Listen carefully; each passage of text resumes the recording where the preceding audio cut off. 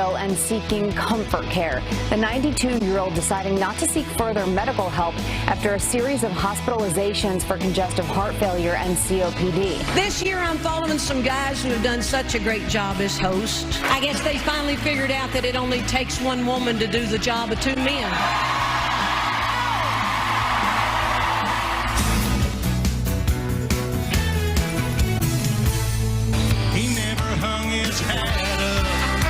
The kiddies play. What you say? Should have been a cowboy. Should have learned to rough and ride. With my six-shooter ride, my pony on a cattle drive. This is the one part of the show I actually watched live. I think everybody in the audience was singing along with this song, and they did not need a karaoke machine. They actually had memorized the lyrics. Songs like that make me want to go back to college.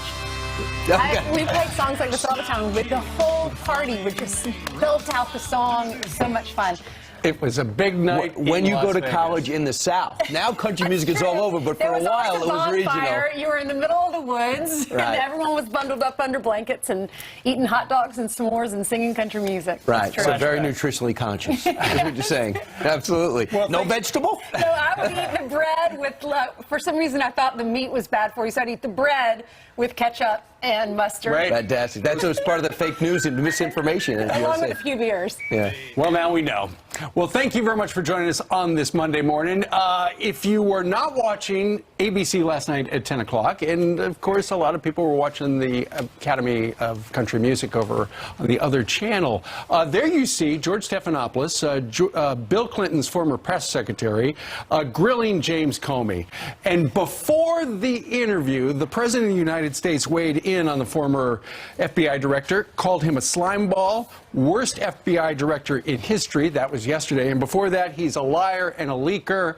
And in fact, Mr. Comey himself admitted that he did lie. Right. Yeah, of course. Last night. Well, one of his explanations when in terms of leaker, he did leak. He leaked to the Columbia professor who was his lawyer. And he said, well, his explanation is ridiculous. They said, well, why did you call him? Why didn't you just put this in the media? Why don't you write a column yourself? He says, well, I looked out at my driveway and I saw all those media people there. And I said, how can I pick just one? Really? That's called an exclusive. It happens every day. And if you give it to, don't you think ABC, don't you think CNN and Fox are upset that you picked ABC to come out with? You were able to sleep well at night with that choice. I think it would have been better if he had just said, yeah, that was a mistake. I think he had an explanation for everything he did. Well, so it made him look like he was morally higher than everyone else. But he had another mistake, and he said, you know, when I came out at the end after the Hillary Clinton email investigation, I made a mistake in so much as I should have found a better way than to say it was not. It was more than an ordinary mistake she had done, but it was short of criminal, and it was nothing that anybody would ever get prosecuted for, although most of the planet disagrees with it. I walked away, I just thought, okay, yeah, he's a Democrat. His whole family voted for her or likes her. He didn't vote, but his girls did, his wife did, they marched. I walked away just thinking, yeah, he liked the other choice. He's bitter, he's mad he got fired, so he's going to come out and write a book against the current administration. But it's a little counterintuitive in that he was hired by the Bush administration. He was thought to be a Republican. So even though his family's marching, with the women's marching, clearly wanted Hillary to be the first president, the first female president. I think it's also important to point out, before we hear some of this interview, is that his rationale makes no sense when it comes to Hillary Clinton. He said, yeah, on the story of you drafting her exoneration before her interview, yeah, anybody worth their time as an investigator knows where an investigation's going when it comes to intent. How do you know where it's going? Yeah, perhaps. But how do you know for sure unless you talk to the person to find out what they were thinking to decipher what their intent was? Good point. When you write the exoneration letter before you talk to somebody, not under oath, you can do that. He also revealed that it's very important in his line of work never to be political, but he did admit that he looked at the polls, saw that she was going to win, and so he had to come out and announce to the world about the investigation. So that when she did win, she would not be an illegitimate president. But nonetheless, you can't be political, right, Jim? Jim? Jim, I know you're in there. Roll the soundbite. Doggone it. No, don't quit. We're a country that never quits, and I believe in it. I'm going to read the soundbite. He said, if you knew that letter would elect Donald Trump, would you still send it? That's what George Stephanopoulos said. That was the letter he sent to Congress. Right, and Comey said, I would. No, it's too late. Well, you just read it. Let's move on. We have the soundbite. If you knew that letter would elect Donald Trump, you'd still send it? I would. Down that path lies the death of the FBI as an independent force in American life. If I ever start considering whose political fortunes will be affected by a decision, we're done. We're just another player in the tribal battle. But he Thanks, did. Jim. But he did consider. But bottom line is, I actually think that he should have said to George Stephanopoulos, don't get mad at me. She put me in this spot by giving Uma Abedin these emails to a convicted pedophile. And by the way, she set those two, the Clinton set those two up on a date, so you can't act like there's no connection. Uma Abedin, the person that she was going to be her chief of staff, had the foolish notion that it would be a good idea to send classified emails from a private server to a laptop where a husband had and ask him to print it out. Not prosecutable, Right. according to him. Right. But the thing is, he should have just said, don't get mad at me. Talk to the person who used to employ you full time. Yeah. Well, he used to be Republican. He didn't vote. His four daughters marched with his wife, and they showed pictures of that. They showed an interview of his wife saying that she was devastated when Hillary Clinton didn't win. I gathered that he really felt like he was doing the right thing. He really felt convicted about learning this information from Anthony Weiner's laptop, so he wanted to reopen that investigation. He did say, he looked at the polls, he thought Hillary was still going to win. Right. Well, when you look at it, I know Republicans this morning are going to be, and supporters of the president are going to be hitting Mr. Comey, saying, you know, he's a liar and a leaker. But then there's the Democrats as well. Lanny Davis, who a very close friend of the Clintons, says, look, they all feel that he's the reason she's not president. And Lanny Davis says, James Comey, narcissist. Only a narcissist who thinks he's above everybody and he gets to decide what to do. It's disgusting that we have an FBI director who puts himself above the law, above the Attorney General and the President. He gets to decide what's best for the country, that he didn't want Hillary Clinton to be elected without writing a speculative letter that 6 days later turned out to be about nothing. What he was really doing was protecting his political rear end with the Republicans because he thought that Hillary Clinton was going to get elected. The Department of Justice, he felt, was compromised. He thought this was information that would, if they brought forward and were transparent, that would help Hillary Clinton get off to a good start. But they had no problem trying to destroy the early years or the early days of the Trump administration by putting the whole Russia investigation over its head, which is still existing even today. Yeah, let us know what you thought. If you watched the interview, we'd love to know what your thoughts were. But what would you have thought if, on December 15th, it became apparent that all these emails with classified information, some of which may have classified information on them, were available to James Comey and didn't come forward? Everyone would be ripping him on both sides. Let me ask you this. Do you think if they found that on Michael Flynn's hard drive, would he get in trouble? Would he get in trouble? Would they prosecute him? Of course they would. Probably. Yeah. Absolutely. Meanwhile, let's talk a little bit about what is going on with Syria. You know that the United States and Great Britain and France struck Syria, 3 locations on Friday night. Now, later today, the United Nations, it looks like, is going to hit Russia with some sanctions. Here we have a soundbite that talks a little bit about that with Nikki Haley, our UN ambassador. Russian sanctions will be coming down. Secretary Mnuchin will be announcing those on Monday if he hasn't already, and they will go directly to any sort of companies that were dealing with equipment related to Assad and chemical weapons use.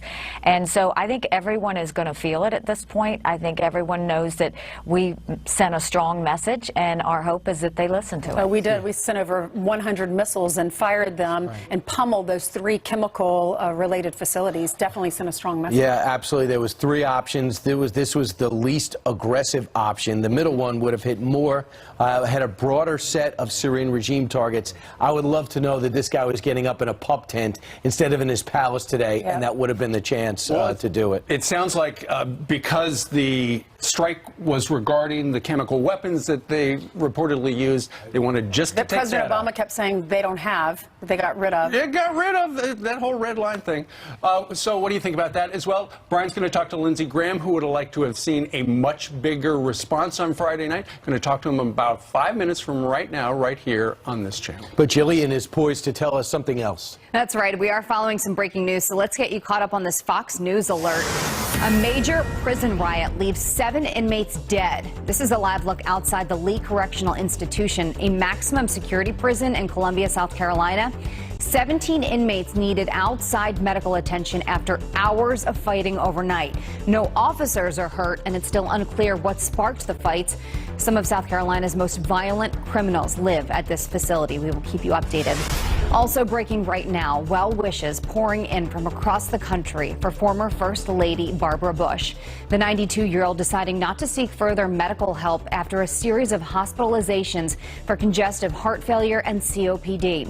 A spokesperson for the Bushes says she is, quote, surrounded by a family she adores and appreciates the many kind messages, especially the prayers she is receiving. We will bring you a live report from Houston in just a few minutes. Country music's biggest stars taking Sin City by storm for the 2018 Academy of Country Music Awards.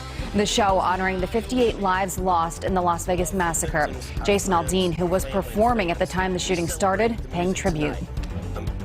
We thought about starting with a song, but it's a lot bigger than a single song. It's everything you'll hear tonight. The songs that bring us to our feet, make you want to pull someone close, or just live in the moment. Nothing can take that away from us. Carrie Underwood returning to the stage for the first time since falling and injuring her face. Healing power of music. All right, she fell outside of her home in Nashville, as you recall, a couple months ago, injured her wrist and face, and there she is performing for the first time since that happened.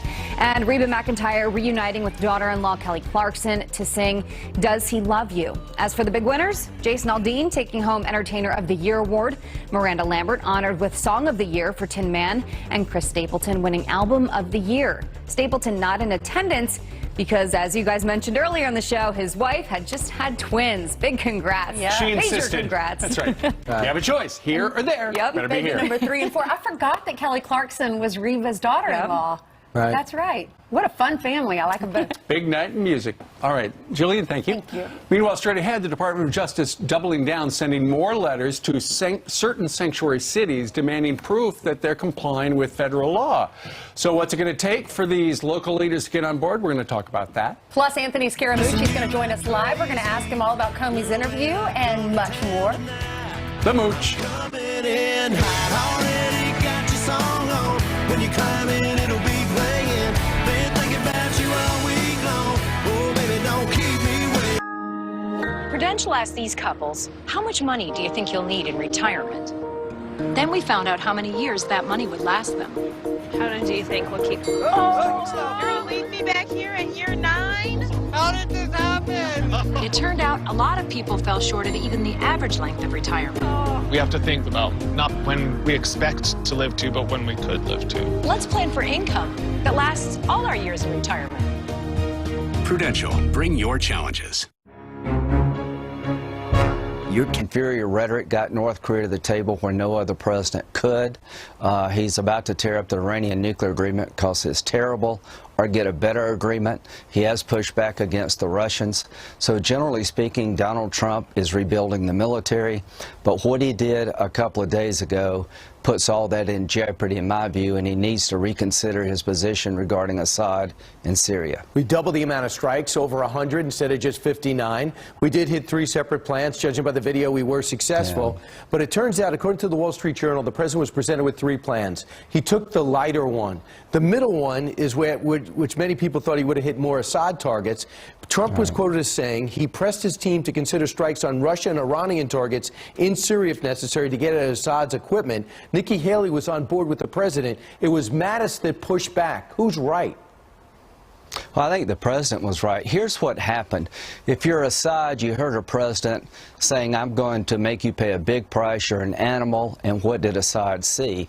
A military strike that didn't change his life at all. So Assad wakes up the next day and goes back to work. If you're Russia and Iran, you heard our Pentagon, risk-averse, deathly afraid of confronting the Russians. So if I'm Russia and Iran, I'm believing the American Pentagon is going to give us Syria without a fight at all. If you're ISIS, you heard we're going to leave, which means they're the only people in town to fight Iran. That's a recruiting bonanza for them. If you're the Kurds, you heard we're going to leave, which means they're going to get slaughtered. Lindsey Graham sees a very conflicted commander-in-chief.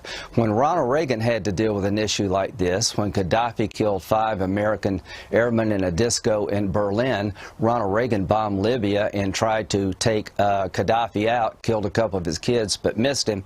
After that, Gaddafi was a different person. We missed a real opportunity here to get it right. Do you think we do it again if there's some type of chemical attack? Are you concerned that we become a chemical weapons police instead of a military superpower? Unless something changes, we don't care how we don't care if you kill people, we only care how you kill them, which is a long way from where Ronald Reagan was. Ronald Reagan believed in shaping history, not just washing your hands of it. There are 3 models for the president: leading from the front, Ronald Reagan; leading from behind, Obama; or isolationism. When it comes to Syria, we can't afford to give Syria to the Russians and the Iranians, because Syria become an armed camp for the Iranians, and you'll never destroy ISIS unless you get rid of the Iranian-Assad connection, because that's what keeps ISIS in business. So I hear that we're going out the door and we're dropping a few bombs on our way out, and that's an absolute disaster for the region. Well, they could always change course, and I hope so. And you have the access to find out. Senator, thanks for getting up with us from Clemson today. Thank you. All right, straight ahead, the DOJ doubling down, sending more letters to sanctuary cities demanding proof they're complying with federal law. So what's it going to take for these local leaders to get on board? We're going to ask the U.S. Customs and Border Protection Commissioner. We're going to do that next. How do you win at business? Stay at La Quinta, where we're changing with stylish makeovers. Then, at your next meeting, set your seat height to its maximum level. Bravo, tall meeting man. Start winning today. Book now at lq.com. From the moment you met, you wanted to surround them in comfort and protection. That's why Pampers Swaddlers is the #1 choice of hospitals, to wrap your baby in blanket-like softness so all they feel is love. Pampers Swaddlers. I love the fabric. I just wish it was this color with that lining. The menu from the Titanic is expected to sell at an auction. It is one of the only 2 remaining menus from the first meal that was served aboard that doomed ship. Steve? Thank you very much, Ainsley. The Justice Department has sent another round of letters to sanctuary cities, Oakland and Seattle, as well as the entire sanctuary state of Vermont, asking that they hand over documents to prove they comply with federal immigration laws. Attorney General Jeff Sessions saying he will not tolerate this intentional effort, in his words, to undermine public safety and the rule of law, adding that failure to respond will be subject to a subpoena. That'll get their attention. So what's it going to take to make these local leaders comply? Here with some insight is the Commissioner of the U.S. Customs and Border Protection, Kevin McAleen. And Kevin, good morning to you. Good morning. How are you, Steve? I'm doing okay. So what are these letters supposed to do? Well, we appreciate DOJ's support in highlighting this challenging phenomenon in unfortunately proliferating jurisdictions around the country. We need to partner with state and locals on law enforcement across the board, and politicizing that partnership is really challenging. This affects us at the border in 2 different ways. First, operationally, we need to partner in jurisdictions along the border with sheriffs, with local police departments, to effectively secure that border and handle immigration enforcement efforts. So if there's a chilling effect on our partners for working with us in the operational context, that's dangerous and unhelpful. The other scenario is where we've apprehended someone who is facing state and local charges. If we have a concern about turning them over because they might be released, say if a witness recants or the case doesn't come to fruition, that's the wrong thing to happen. That's not a choice I want my field commanders to be making. Sure. I saw that the DOJ in the last week or so had sent a letter to Louisville, Kentucky to reaffirm the fact that they are not a sanctuary city, because apparently the city manager or the mayor there had asked for that clarification. But when you're talking about your partners, Commissioner, along the border, California, not one of your partners. Well, historically, their state and local law enforcement entities have been our partners. Well, that's historically, but right now you got a problem. Yeah, I mean, the sheriffs have highlighted that broadly kind of rejecting the sanctuary approach in California because they want to continue working with us. But it does create challenges, and we appreciate DOJ's support in highlighting that and pushing for a change. Sure. Give us a status on how things are going with the National Guard. I know that Jerry Brown, the governor of the great state of California, did, toward the end of last week, say he would send, I believe, 400 National Guardsmen, but they would be scattered throughout the state, and they would not be involved in helping you, it sounds like, in any way.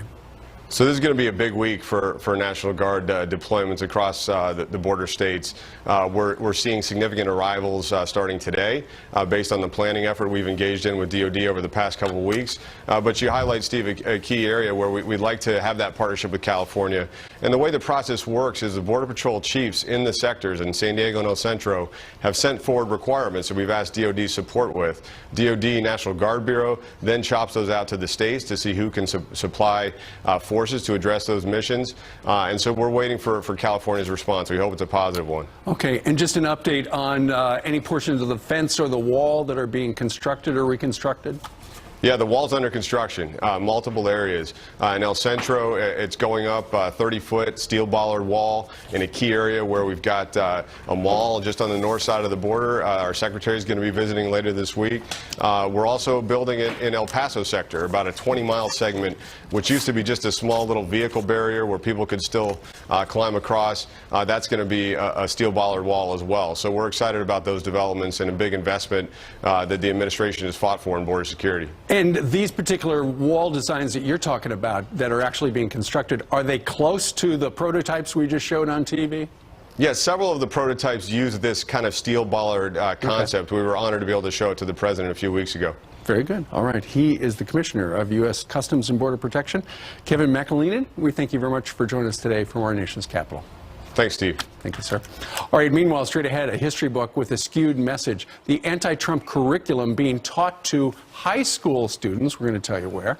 And James Comey, former FBI director, comparing President Trump and his team to the mafia. There's a distinction between a friend of yours and a friend of ours. How strange is it for you to sit here and compare the president to a mob boss? Well, Anthony Scaramucci is a former member of President Trump's team, and he's here to react to that mob business next.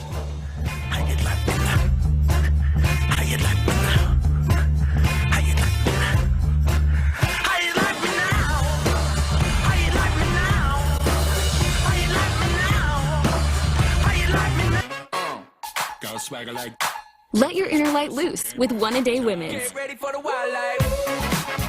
A complete multivitamin specially formulated with key nutrients, plus vitamin D for bone health support. Your One-A-Day is showing.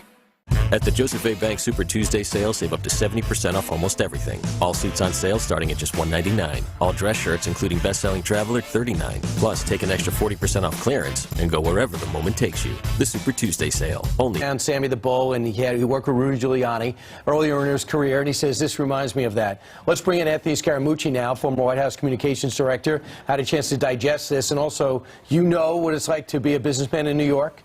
And this president was a businessman in New York. Anthony, welcome back.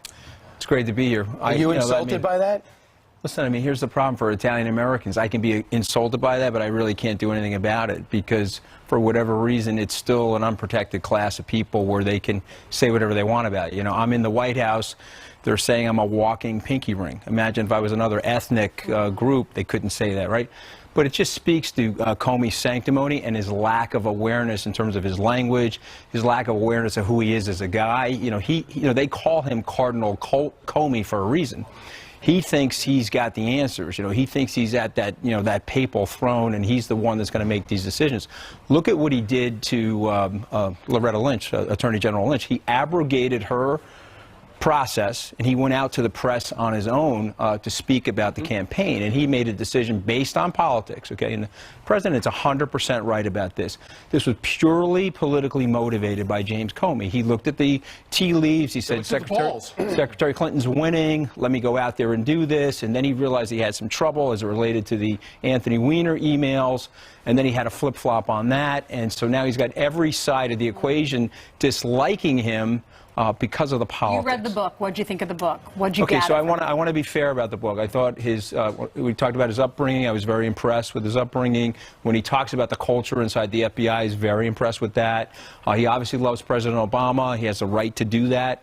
And he tries to act like he's nonpartisan, but he's actually very partisan. And so, you know, when you see his family out there in the Women's March, and you see his wife admitting that she desperately wanted Secretary Clinton to be the first woman president, sure. She's very, very partisan. But that's okay that you're partisan, but let's tell the American people how partisan you are, and let's drop the sanctimony. So I don't like the Italian-American stuff. I don't like the hits on the president for another reason. You worked for the president. He was your boss, okay? He elected to fire you. I got fired. No big deal. I'm still loyal to the president. And I think that when you're the director of the FBI, you're at a certain level where he is the president. Subordinate yourself to the president, okay, and zip your mouth, okay? Now, someone will say that, well, what about you and John Kelly? I don't know John Kelly. Okay, and John Kelly wasn't even a part of the campaign, and so, you know, what John Kelly did, and my issue with John Kelly is not even related to him firing me, it's the way he's running the White House. So I just want to make that clear as well. Ultimately, people like you are worried about the president, you know, because it feels like the Democrats are coming after him, and the question of whether or not he obstructed justice at any point along, you know, during his time as president, or the Russian collusion. Regarding obstruction of justice, last night, Mr. Comey said, it's possible. He said a lot of things like that last night, you know, I mean, and by the way, I thought George Stephanopoulos was a very objective interviewer. He pointed out to James Comey what some of the flaws were in his argument, and he also was pointing out to James Comey, and if you were watching it last night, which I did, you're like, okay, this gentleman lacks some level of self-awareness. He's literally has a journalist explaining to him what the defects are, what the flaws are in his thinking process, and how he's going through his analysis of things. So I don't think the president obstructed justice, and I certainly don't think the president was involved in anything that was collusive. And I think all of that will come out. And I think if you're the president, you'd have to be very frustrated by what he's describing as a witch hunt. So I talked to the president on Saturday morning. I think he's very, very confident that he's going to be exonerated. That's after the Syria strikes. What did he say? After the Syria strikes, and after he met with Rod Rosenstein, you know, he said, listen, make it clear to people that I am totally comfortable with this investigation and that I don't believe I've done anything wrong. Right. Comfortable in the sense that he's exonerated, not comfortable in the sense that it's been ridiculously long, unbelievably obtrusive and distracting, and as he describes it, a witch hunt. Anthony, how hard has it been for the president to hire a high-powered attorney to bolster or replace John Dowd? A lot of people are conflicted. Some don't want to get involved. Where is he at in that process? You know, I haven't talked to him specifically about that, but is he happy with his legal team? I think he is happy with his legal team, and I think he can more or less hire whoever he wants. There were one or two people that have called me specifically related to this, and they're very eager to work for the president. If the president makes a decision to bring on one or two of the people... Who do you think he should bring on? I don't want to say that because then I think it's unfair to the president. Let him make that decision. But if you looked at the roster, like if you like rotisserie baseball, which I do, and you look at the roster of people that the president can choose from, he's going to have a world-class legal team. He already has a very, very good legal team. Jay Sekulow is doing a great job. So what's he waiting for? Because this is the time you needed a first-class legal team. I think he is. I think he's there. I think he'll probably add somebody in the next couple of weeks. Okay. But here's the one thing you got to know. He hasn't done anything wrong, and so when you understand the president's personality, he's sort of frustrated by all of that, and so he's not as anxious on the legal side as you would expect. Since you mentioned you talked to the president after the Syria strike, is there any part of that conversation regarding his, you know, his commitment or his satisfaction in the raid that you could share with us? Yeah, no, very specifically. He wants people to know that he's a measured guy. He was trying to come up with the right level of strike. It sounds like he wanted something bigger.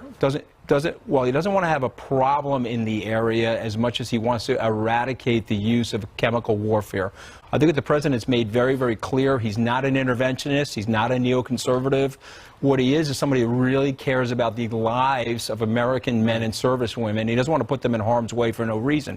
Having said that, as a moral leader, and this is the United States, and we're a benevolent nation, you can't watch innocent children be gassed by their leadership. And We have to Macron take evidently action. got to the president and reasoned with him to not pull troops out right away. But the best news for Anthony Scaramucci is being buried right now. It's out on the card.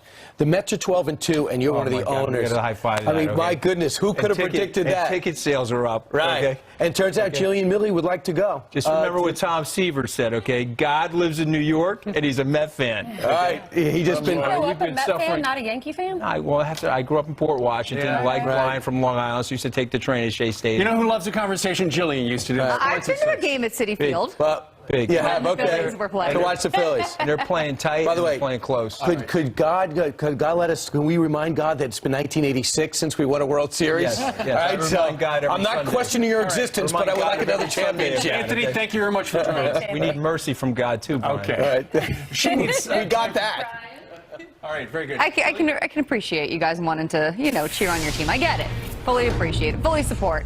Good morning to you at home. Let's get you caught up on some of your stories starting here. Southwest Airlines passengers scared for their lives trying to land in a severe storm. Here's the path the plane was supposed to take from Fort Lauderdale to New Orleans. You see that? The track goes right through the storm. Well, here's what actually happened. Passengers say it was a nightmare.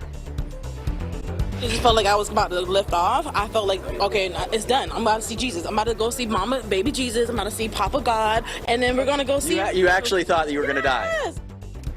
So the plane made an emergency landing in Florida, then later landing safely in New Orleans, but tense moments for those on board. Outrage after a high school history textbook that takes jabs at President Trump and his supporters.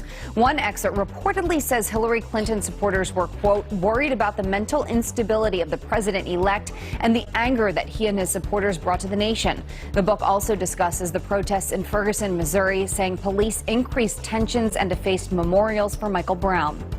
Iconic Full Metal Jacket actor and retired Marine drill instructor R. Lee Ermey has died. You will not cry. You will learn by the numbers. I will teach you. Now get up. Get on your feet.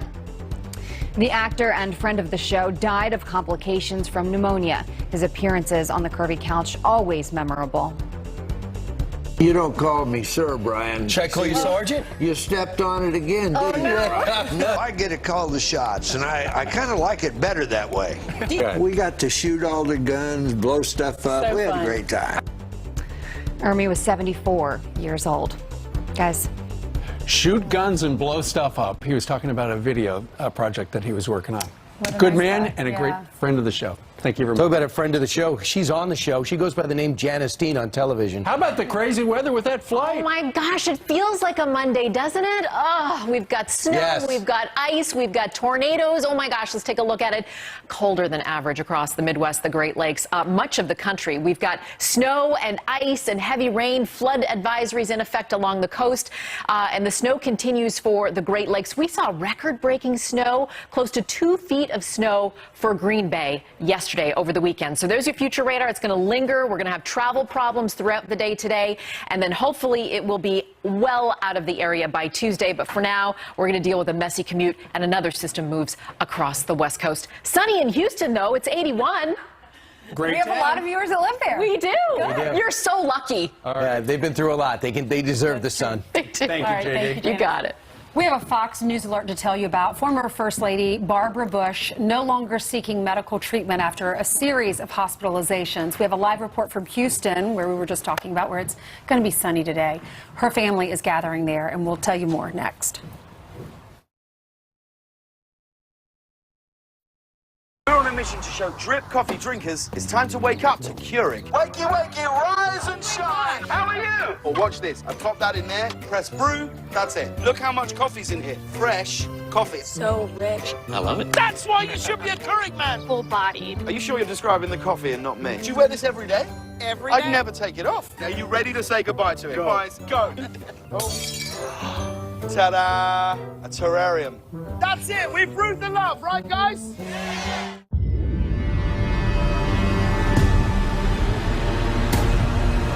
Exclusive gated community back here in West Houston. According to a Bush family spokesperson, Mrs. Bush has had a recent series of hospitalizations, and after consulting doctors and family members, she has decided not to pursue further medical treatment and instead focus on comfort care She's reportedly surrounded by family, though we cannot confirm who all is here at the home in Houston. Barbara Bush and her husband, former President George Herbert Walker Bush, celebrated their 73rd wedding anniversary earlier this year, making them the longest married couple in presidential history. She has been suffering from congestive heart failure and COPD, a pulmonary disease, for the last several years, and also Graves' disease, a thyroid condition, for decades. Remember, she was hospitalized with bronchitis last year. The same time, her husband was also in the same hospital here in Houston. Now, clearly reaction has been pouring in from the political world and all over via social media. U.S. Ambassador to the United Nations, Nikki Haley, saying, quote, "Prayers going up for a woman of great faith and an unwavering love of country. Our country is better because of former First Lady Barbara Bush." And the Senate GOP tweeting, "Our thoughts and prayers are with the former First Lady Barbara Bush and the entire Bush family." The spokesperson adding that Mrs. Bush appreciates all of the many kind messages that she is receiving, and most importantly, all of the prayers coming in. Steve, Ainsley, Brian. And she's getting a lot of them on this Monday morning. All right, Casey Stiegel near downtown Houston with the latest on Barbara Bush. Thank you, Casey. 11 minutes now before the top of the hour. James Comey claiming it's possible that President Trump obstructed justice. That's when he asked me, said he hopes I can let it go. Was President Trump obstructing justice? Possibly. I mean, it's certainly some evidence of obstruction of justice. Well, what does Alan Dershowitz think about that? He's here to react. And a Massachusetts college welcoming the organizers of the Women's March for a discussion on their campus. But our next guest says these women are using college campuses to have a one-way conversation, not a discussion. It's all been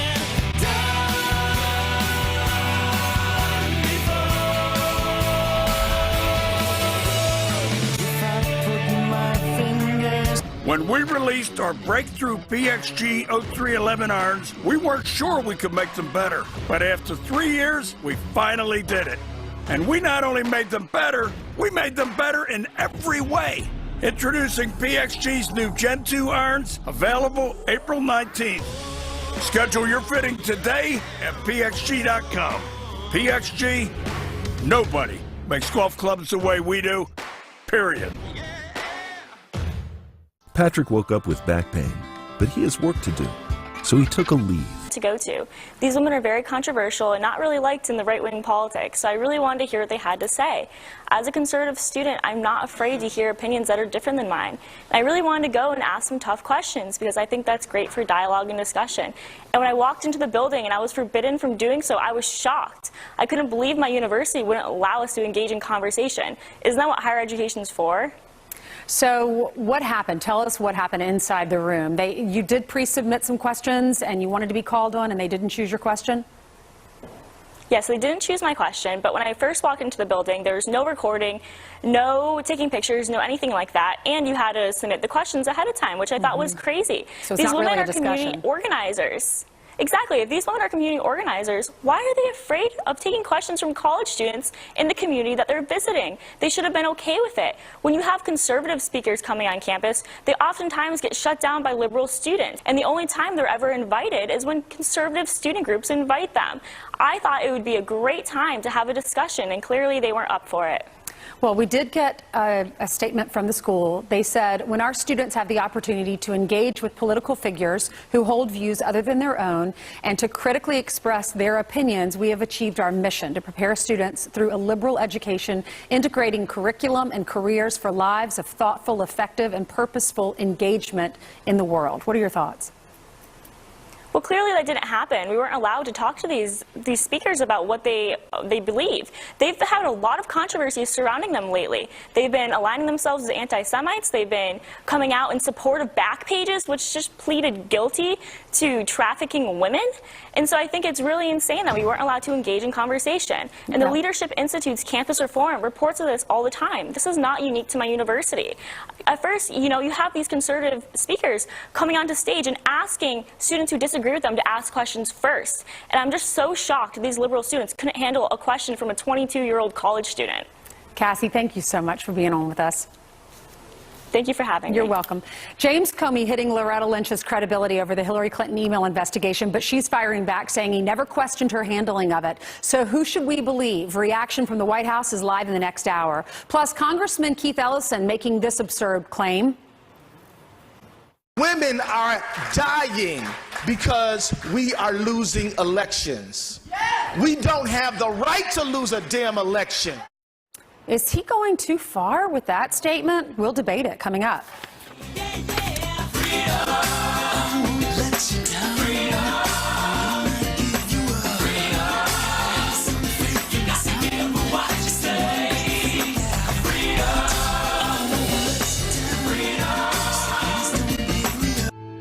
Hands go here. Feet go here. You know what goes here. And your approval rating goes here. Test drive the Z-Track Z540R at your John Deere dealer and learn why it's not how fast you mow. It's how well you mow fast. Nothing runs like a Deere. Save $250 when you test drive and buy a John Deere residential Z540R Z-Track mower. Guys, is this you? Busting out of your pants? Out of shape? No energy or drive? Then you need Nutrisystem for Men. I'm Chris, and I lost 100